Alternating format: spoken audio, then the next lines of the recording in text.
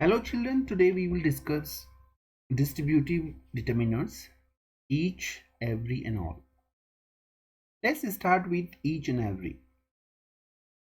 Each and every का जो अर्थ होता है हिंदी में वो प्रत्येक होता है, लेकिन जब इनका वाक्यों में प्रयोग किया जाता है तो दोनों का अर्थ में अंतर आता है. Each is a way of seeing the members of a group as individuals. Each जो होता है वो एक समूह में जो सदस्य होते हैं उनको अलग अलग इंगित करता है. While every is a way of seeing a group as a series of members, जबकि every जो होता है वो समूह के सदस्यों को एक श्रृंखला के रूप में देखता है. These distributives can only be used in countable nouns. ये जो distributive determinants होते हैं ये गणनीय संज्ञाओं के साथ प्रयोग किए जाते हैं जिनकी गिनती की जा सके. They are normally used with singular nouns. सामान्यतः इनका प्रयोग एक वचन संज्ञा के साथ होता है. And are placed before the noun, और इनका जो स्थान होता है वो संज्ञा से पहले होता है. In many cases they are interchangeable. कई स्थानों पर इनको एक दूसरे के लिए प्रयोग किया जा सकता है. एग्जाम्पल देखिए, each child received a present, every child received a present. प्रत्येक बच्चे ने उपहार प्राप्त किया. जब हम each की बात करते हैं तो ये अलग अलग करके बच्चे की बात करता है समूह में, लेकिन जब हम एवरी चाइल्ड की बात करते हैं तो यहाँ पे हम प्रत्येक न कह के हर एक बच्चा यानी कि समूह की तरफ इशारा करते हुए बच्चे की बात करता है. लेकिन यहाँ पे ईच चाइल्ड में ये प्रत्येक बच्चे को अलग अलग करके समूह से बात करता है. I gave each plant some water, मैंने प्रत्येक पौधे को कुछ पानी दिया. I gave every plant some water, मैंने हर एक पौधे को पानी दिया. Each can also be used with plural nouns and pronouns, but must be followed by of. Each का प्रयोग बहुवचन संज्ञाओं और सर्वनामों के साथ होता है, लेकिन इसके ठीक बाद जो है ऑफ का प्रयोग होना चाहिए, तभी हम इसको बहुवचन संज्ञाओं के साथ प्रयोग कर सकते हैं. Every cannot be used with plural nouns. Every का प्रयोग बहुवचन के साथ, बहुवचन संज्ञाओं के साथ नहीं होता है. Each of the children received a present. प्रत्येक जो बच्चे थे उन्होंने उपहार प्राप्त किया. I gave each of the plants. प्रत्येक पौधे को मैंने पानी दिया. यहाँ पे each की जगह हम every का प्रयोग नहीं कर सकते हैं. He told each of us our jobs. उसने हम सबको हमारा कार्य बताया. Each can express different points in a series. एक श्रृंखला में every can express different points in a series. every जो है व्यक्त करता है एक श्रृंखला में कई बिंदुओं को, specially with the time expression, खास तौर पे जो समय का भाव होता है उसके साथ. Each works in the same, एक ईच भी उसी प्रकार से काम करता है बट इज लेस कॉमन, लेकिन प्रयोग बहुत कम होता है इसका. Every morning John goes jogging. प्रत्येक सुबह जॉन जो है जॉगिंग करने जाता है.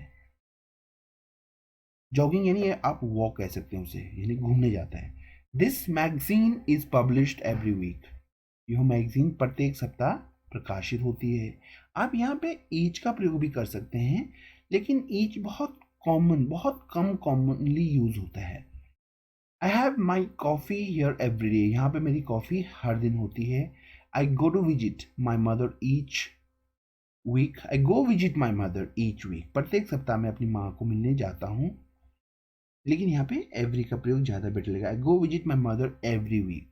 ईच मंडे, प्रत्येक सप्ताह सोमवार को, he buys a kilo of apples. वो 1 किलो सेब खरीदता है. अब हम बात करते हैं ऑल की. The distributive determiner all is used to talk about a whole group. Distributive determiner जो ऑल होता है जो बात करता है पूरे समूह की, with a special emphasis on the fact that nothing has been left out. एक खास दबाव होता है कि कोई चीज छूटे ना, मतलब सबकी बात करता है. All can be use as distributive in several different patterns. अलग अलग तरीके से ऑल का प्रयोग किया जाता है डिटर्मिनर्स के रूप में. All can be use with uncountable nouns, जो अगणनीय संज्ञाएं होते हैं उनके साथ. प्लूरल काउंटेबल नाउन्स बहुवचन गणनीय संज्ञाओं के साथ। In this uses it refers to the group as a concept. यहाँ पे ये एक धारणा, जो समूह की एक धारणा होती है, समूह को एक धारणा के रूप में ये व्यक्त करता है, रादर देन एज इंडिविजुअल, बजाय कि हर व्यक्ति अलग अलग। अब हम बात करते हैं यहाँ से, ऑल चीज कंटेन्स प्रोटीन। हर सारे पनीर में जो है वो प्रोटीन होता है। I like all dogs. मैं सारे कुत्तों को पसंद करता हूँ। All children need affection. हर बच्चे को प्यार स्नेह की जरूरत होती है। This soap is for all purpose. ये जो साबुन है ये हर उद्देश्य के लिए प्रयोग की जा सकती है। तो यहाँ पे ये पूरे जो एक कॉन्सेप्ट है उसकी बात करता है, ना कि अलग अलग। All can be use with uncountable nouns and plural countable nouns preceded by the or a possessive pronoun. All का जो प्रयोग होता है यहाँ पे वो अनकाउंटेबल नाउन्स यानी कि अनगणनीय संज्ञाओं के साथ, और बहुवचन गणनीय संज्ञाओं के साथ किया जाता है, लेकिन उसके बाद ठीक द का प्रयोग किया जाता है या पॉजिटिव प्रोनाउन का प्रयोग। पॉजिटिव प्रोनाउन क्या होते हैं, जैसे his, yours, mine. In this case, the meaning is shifted towards referring to a concrete physical group rather than the group as a concept. अब यहाँ पे ये एज ए कॉन्सेप्ट के रूप में ना प्रयोग किया, एक कॉन्क्रीट और फिजिकल ग्रुप के रूप में प्रयोग होता है। कॉन्क्रीट यानी कि एक ठोस अवस्था, फिजिकल ग्रुप यानी कि एक शारीरिक अवस्था देना उसको, मतलब कॉन्सेप्ट ना होकर के एक शारीरिक अवस्था देना उसको। इन दीज यूजेस, इस प्रयोग में the word of can be added just after all. All के ठीक बाद हम ऑफ का प्रयोग करते हैं, जिसमें कि नो मीनिंग में कोई बदलाव नहीं आता। जैसे all the people in the room were silent. सब लोग जो कमरे में थे वो चुप थे। देखो कॉन्क्रीट यानी व्यक्ति की, लोगों की बात कर रहे हैं। All of the birds flee away. सब चिड़ियाएं उड़ गई। ऑफ का प्रयोग कर दिया गया यहाँ पे। लेकिन all the birds flee away भी कह सकते हैं, अर्थ में कोई बदलाव नहीं आएगा। Have you eaten all the bread. क्या आपने सारा ब्रेड खा लिया है। I will need all of the sugar. मुझे सारा जो चीनी है वो चाहिए या उसकी जरूरत पड़ेगी। I have invited all my friends to the party. मैंने अपने सारे दोस्तों को पार्टी में निमंत्रण दिया है। I have used up all of our eggs. हमारे पास जितने भी अंडे थे मैंने उनका सब का प्रयोग कर लिया है।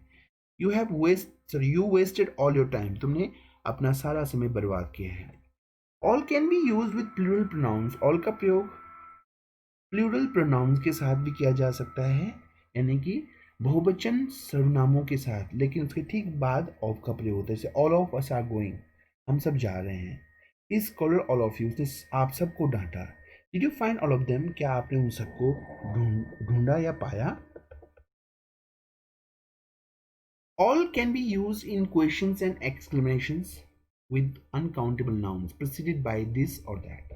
All का प्रयोग प्रश्नों में और विस्मयबोधक स्थितियों में भी किया जा सकता है, कि किसके साथ, अनकाउंटेबल नाउन्स जो अनगणनीय संज्ञाएं होती हैं, लेकिन ऑल के बाद ठीक दिस और दैट आता है फिर। In these uses the word of can be added just after all with no change in meaning. जिसमें अर्थ में कोई बदलाव नहीं आता, लेकिन ऑल के ठीक बाद ऑफ का प्रयोग किया जाता है।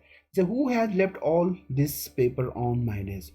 आप यहाँ पे who has left all of this paper on my desk भी कह सकते हैं। किसने छोड़े हैं ये सारे पेपर मेरे टेबल पर। लुक एट ऑल दिस नाउस दिस स्नो। इस सारी बर्फ को देखो। Why is all of that sugar on that floor. फर्श पे वो सारी चीनी क्यों पड़ी हुई है। Where did all of this rice come from? ये सारी जो राइस है वो कहाँ से आई है। All can be used in questions and explanation with countable nouns preceded by these or those.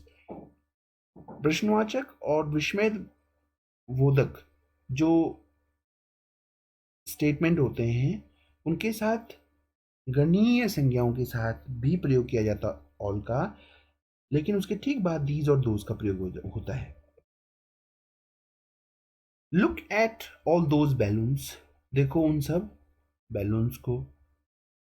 Where did all of those books come from? वो सारी किताबें कहाँ से आई हैं? Why are all these children crying? ये सारे बच्चे क्यों रो रहे हैं? तो इस प्रकार से हम each, every and all का प्रयोग अपने statements में कर सकते हैं. So I hope you must have understood what we have discussed here. Thank you so much.